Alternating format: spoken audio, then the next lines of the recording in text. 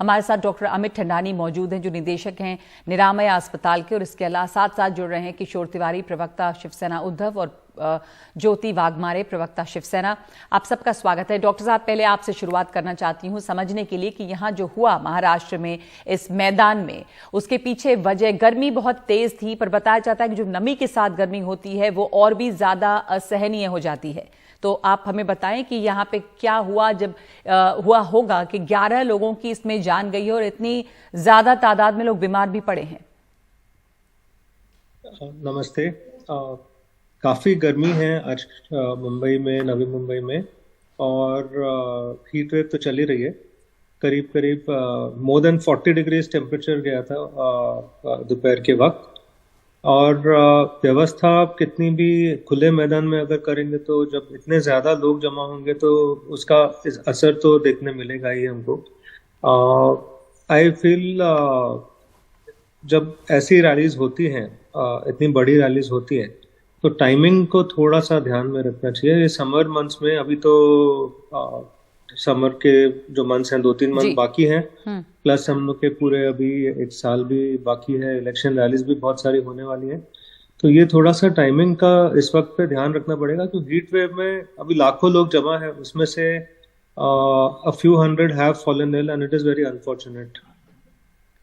आपने कहा जब हीट वेव की बात है, तो हीट वेव कब कहा जाता है? कितना तापमान होता है? किस तरह के वेदर कंडीशंस होते हैं जब कहा जाता है कि हीट वेव चल रही है? देखा हमने कि एक नक्शे के जरिए दिखाया भी दर्शकों को कि बहुत सारी जगहों पर इसकी चेतावनी है, ऑरेंज अलर्ट जारी किया गया है।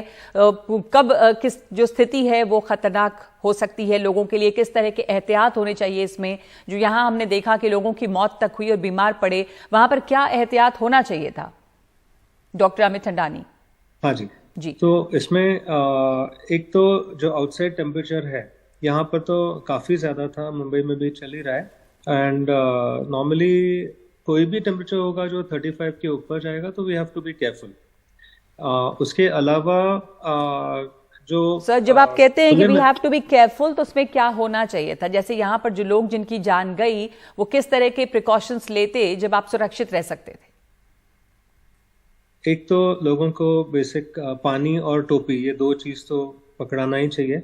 इफ़ पॉसिबल, अगर गैदरिंग थोड़ी छोटी हो या हो तो उसमें कवर्ड सेक्शंस बहुत प्रोवाइड किए जाएं। अगर कवर्ड सेक्शंस नहीं प्रोवाइड कर सक रहे हैं तो जैसे एटलीस्ट कोई एरियाज में शेल्टर दिया जाए जहां पर लोग धूप से बच सके। पानी की व्यवस्था यहाँ पर की हुई थी, पर मुझे लगता है बीच बीच में भी जहाँ पे लोग हैं उनके इंटरसेक्शंस में थोड़ी ज़्यादा व्यवस्था होनी चाहिए थी पानी की देन इट वॉज। ये बेसिक चीज़ें हैं। तो इसके एडिशनल थोड़ा लाइट मिस्ट स्प्रे करना पानी का, so that the atmosphere remains cool. ये सब थोड़ी एडिशनल चीज़ें कर सकते हैं टू कीप। जी बिल्कुल। हमारे साथ ज्योति वाघमारे हैं जुड़ी हुई, प्रवक्ता शिवसेना के, किशोर तिवारी हैं। ज्योति जी, ये सवाल डॉक्टर साहब भी जैसे कह रहे हैं कि इंतजाम ऐसे होने चाहिए थे कि शेड रहना चाहिए था वहां पर। तो महाराष्ट्र में, मुंबई में तापमान काफी बढ़ा हुआ है, गर्मी तेज पड़ रही है, वैसे में खुले में लोग बैठे थे, तो इंतजाम में चूक रही, ये बात मानेंगी आप? मेरी आवाज आ रही है मैम? बिल्कुल आ रही है। खारघर में आयोजित जो महाराष्ट्र भूषण पुरस्कार समारोह में सम्माननीय अप्पा साहेब जी धर्माधिकारी, इनके कुछ स्त्री सदस्यों को लू लगने के कारण अस्पताल में भर्ती करना पड़ा, और दुर्भाग्यवश उनमें से 12 लोगों की उपचार के दौरान मृत्यु हो गई।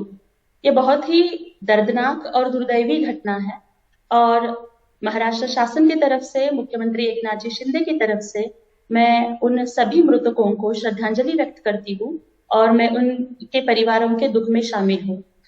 मैं आपको बताना चाहूंगी कि जैसे ही इस घटना की जानकारी सम्माननीय सीएम साहब को मिली, वो तुरंत कामोठे के एमजीएम अस्पताल में पहुंचे और इलाज कर रहे डॉक्टरों से उन्होंने बात की, प्रशासन को निर्देश दिया, और इस दुर्भाग्यपूर्ण घटना में मरने वाले मृतकों के परिवारों को उन्होंने 5 लाख रुपए इनकी मदद उन्होंने जाहिर की है। मैं समझ सकती हूँ कि परिवार के जो लोगों की हानि हुई है वो इससे हम भर नहीं सकते, but I think there are 3 hours of the disaster management, that first we have to rescue them, then we have to provide the relief to the people, and we must try to rehabilitate. और सम्माननीय मुख्यमंत्री एकनाथ जी शिंदे साहब और पूरा महाराष्ट्र शासन इन सभी जो भी कुछ आहत हुए पेशेंट है उनके रेस्क्यू, रिलीफ और रिहैबिलिटेशन के लिए कार्यरत है। अभी आपके प्रतिनिधि पूजा ने भी अस्पताल में जो भर्ती हुए मरीज है उनके साथ भी बातचीत की। उन खुद श्री सदस्यों ने भी बताया है कि सभी जो प्रावधान थे वो बहुत अच्छे थे, लेकिन गर्मी की वजह से ये हुआ। प्रशासन ने तय किया हुआ समय था। जी, प्रावधान अच्छे थे, यानी कि वहां पे कुछ पानी की व्यवस्था वगैरह थी, पर जो डॉक्टर साहब अभी बता रहे थे कि कवर्ड होना चाहिए, ढका होना चाहिए, जो ऐसी खुली जगह नहीं होनी चाहिए थी जहां घंटों लोग बैठे, पानी का स्प्रे हो, पानी पीने की व्यवस्था हो, लोगों के सर ढके हों। किशोर तिवारी जी, ये जो व्यवस्था थी उसमें चूक थी, उसमें कमी थी। आप मानते हैं कि 12 लोगों की इसमें मौत हो जाती है, तो किस तरह का इंतजाम यहां पर होना चाहिए था, या ऐसी गर्मी में क्या इस तरह के खुले में कार्यक्रम करना चाहिए किसी भी दल के नेता को? किशोर जी। नहीं, देखिए, ये तो सरकारी कार्यक्रम था और मैं डॉक्टर साहब को बताना चाहता हूं कि सरकार कहती है और अफसर कहते हैं कि 400 टैंकर और 100 एम्बुलेंसेस थी, लेकिन जो प्रत्यक्षदर्शी है वो तो बताती पूरा ग्राउंड कवर्ड करने के लिए कहा गया था। ये मोबिलाइजेशन भी किया गया था बड़े पैमाने पर, क्योंकि अमित शाह जी आ रहे थे, तो अमित शाह जी को 4 बजे जाना था, इसलिए इस कार्यक्रम को दोपहर के 12 बजे रखा गया। तो 5 घंटे तक 6 घंटे तक लोग झुलस गए। 400 लोगों को तो शिफ्ट किया गया था दवाखानों में, 100 लोग भर्ती है और 12 लोगों की हताहत की बताया गया, लेकिन हमें तो बताया गया कि सरकार वो भी चीज छुपा रही है। तो मेरी पार्टी की तरफ से तो ये मांग हमने की है कि जो लोग अकाउंटेबल है, कि जब ये जो देखो, थोड़े दिन पहले आशा भोसले जी का कार्यक्रम हुआ था, यही पुरस्कार महाराष्ट्र भूषण दिया गया, एक हॉल के अंदर दिया गया और 2000 लोगों के बीच दिया गया, राजभवन में दिया जाता है। अगर यह कार्यक्रम शाम को भी किया जाता तो भी ये लोग नहीं मरते। तो हम लोग तो इसको होमिसाइड की इसमें सदोष मनुष्यवध में गिनते हैं। सदोष मनुष्यवध का गुना ऑर्गेनाइजर पे रहना चाहिए, क्योंकि आपने आमंत्रित लोगों को तो शेड में रखा, नेता लोगों को एसी में रखा और जनता को, श्रद्धालु लोगों को तो इलेक्शन के वोट पर ख्याल देकर आपने इस कार्यक्रम को इतना व्यापक रूप से दिया कि देखिए, आपा साहेब धर्माधिकारी जी का हम सत्कार कर रहे हैं और ये सब चीजें लोगों के जान पे बनी ना। अब मेरी बहन बता रही थी कि हमने 5-5 लाख दे दिए। अरे ये क्या बात कर रहे हैं आप? ये मुआवजे काफी नहीं है, लोगों की जान पर बनी। जो इंतजाम था वो सही नहीं था ज्योति वाघमारे। वहां पर नेता अगर शेड में हो और एसी में हो, और जो जनता है, जो श्रद्धालु है, उनको खुले में कार्यक्रम में बिठा दिया जाए इतने घंटे, तो ये सिर्फ क्या खेद जताना काफी है। अब इतनी बड़ी संख्या में वहां पर लोगों को जुटाया ही क्यों गया? अगर ये कार्यक्रम था तो वो अंदर क्यों नहीं हुआ, वो शाम में क्यों नहीं हुआ? ये तमाम सवाल हैं। जो गलती है, आप मानती हैं इस बात को, ये बहुत बड़ी चूक है?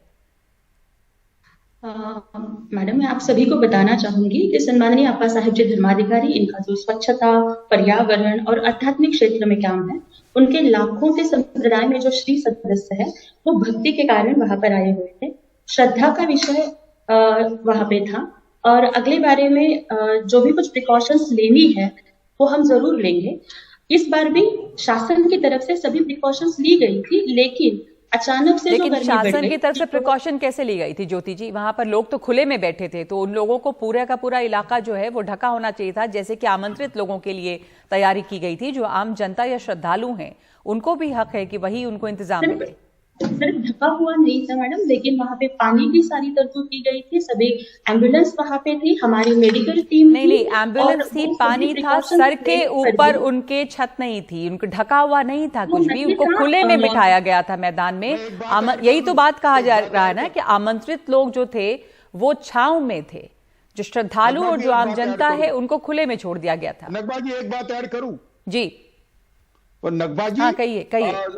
सरकार ने 13 करोड़ 80 लाख का टेंडर निकाला शेड के लिए और एक भी शेड लगाया नहीं। मुझे बताइए, 13 करोड़ रुपया शेड के लिए खर्चा किया और एक भी शेड बनाया नहीं। अगर शेड होता तो मुझे ऐसा लगता कि निष्पाप लोग नहीं मरते। हमें शर्म आनी चाहिए। हम स्टेज पर और टीवी पे आकर भी हमारी गलती कबूल नहीं करते। मैं एक तो लाल कृष्ण अपने ये थे, लाल बहादुर शास्त्री थे, तो उन्होंने तो ऐसी जब घटना हुई थी तो राजीनामा दे दिया था। अकाउंटेबिलिटी तो अमित शाह जी की, एकनाथ शिंदे जी और देवेंद्र फडणवीस जी की बनती है, और यह घटना बहुत ज्यादा पूरे महाराष्ट्र से लोग आए गए थे और इसका मोबिलाइजेशन शासकीय तौर पे किया गया था। मैं कहता हूं अगर आप कहेंगे कि अप्पा साहेब धर्माधिकारी का सत्कार महाराष्ट्र सरकार कर रही है, चलो चलो चलो, तो वहां पर एक दिन पहले से लोग आ गए थे,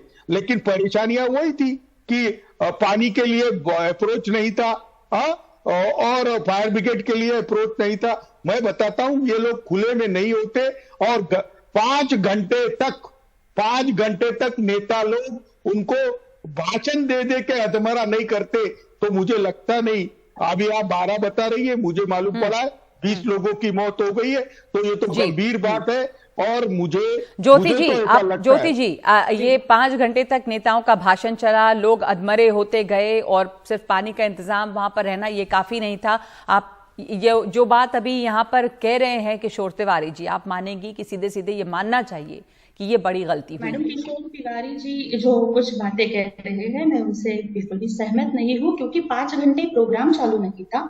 श्रद्धालु अपनी श्रद्धा की वजह से जल्दी आकर वहां पे बैठे थे। पूरा प्रोग्राम सिर्फ 2 घंटे चल रहा था और वो 12:30 से 1 बजे तक खत्म हो गया था। फिर भी मैं यानी कि आपका कहना है कि इसमें कोई गलती नहीं सरकार की अगर खुले में लोगों को बिठा दिया गया? नहीं कह रही हूँ, आप मुझे प्लीज मेरा कहना पूरा करने दीजिए। तिवारी जी, है आप मुझे मेरा कहना, मेरी बात आप मुझे देश की जनता के आगे रखने दीजिए। मैं आपसे निवेदन करती हूँ। मैं मैडम ये बोलना चाहूंगी कि इस वक्त जो महाराष्ट्र के विरोधी पक्ष नेता अजित पवार साहब ने कहा कि इस वक्त सबसे जरूरी क्या है, तो जो लोग मृतक है उन पर अंतिम संस्कार होना, उनके डेड बॉडीज उनके परिवार तक पहुंचाना, और जो लोग अस्पताल में भर्ती है उन पर इलाज होना, उपचार होना, ये सबसे ज्यादा जरूरी है। बिल्कुल, अभी ये सबसे ज्यादा जरूरी है, बात नहीं कर सकते, अभी सबसे ज्यादा जरूरी है। पर जो तिवारी जी कह रहे हैं, प्लीज मुझे एक ही सेंटेंस कहना कि इस वक्त आंसू पोंछना जरूरी है, आंसू की राजनीति करना जरूरी नहीं है, ये मैं कहना चाहती हूँ। जी। तिवारी जी का कहना यह है कि कम से कम इस बात को मानना चाहिए कि यहाँ पे गलती हुई है। अब आगे जो भी किया जा रहा है वो अच्छी बात है और सरकार का फर्ज है कि वो करे, लेकिन इस वक्त गलती हुई। जैसे यहाँ आप कह रहे हैं लोग श्रद्धालु थे इसलिए सुबह से आके बैठ गए, 6 साढ़े 6 बजे से लोग आकर वहां पर बैठ गए। पर आखिरी बात मैं डॉक्टर साहब से पूछना चाहती हूँ, डॉक्टर अमित थंडानी से, कि ये कहा जाता है कि चूंकि मुंबई में बहुत ज्यादा ह्यूमिडिटी भी रहती है, तो एक चीज जिसको कहा जाता है वेट बल्ब वेदर, उसका असर है कि तापमान भी ज्यादा है और साथ साथ नमी है। इसमें जो लोग मारे गए उसमें बुजुर्ग महिलाओं की संख्या थी डॉक्टर साहब, तो ये खास तौर पे खतरनाक होता है ये जो वेट बल्ब वेदर है।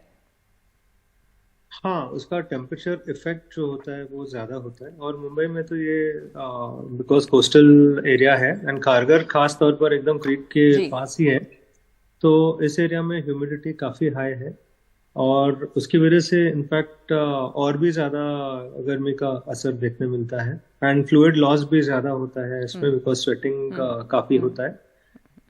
एक और चीज है जो कर सकते हैं ऐसे केसेस में, इज दैट जो लाउड स्पीकर सिस्टम है उसमें से अनाउंसमेंट्स कंटिन्यूसली कर सकते हैं कि बहुत गर्मी है और आप सब पानी ज्यादा पीजिए, और even some electrolyte solutions can be made available, वो भी फायदा। बिल्कुल, धन्यवाद। ये तमाम चीजें करनी चाहिए थी। धन्यवाद आपका डॉक्टर साहब और आप दोनों का भी हमारे साथ शामिल होने के लिए इस चर्चा में।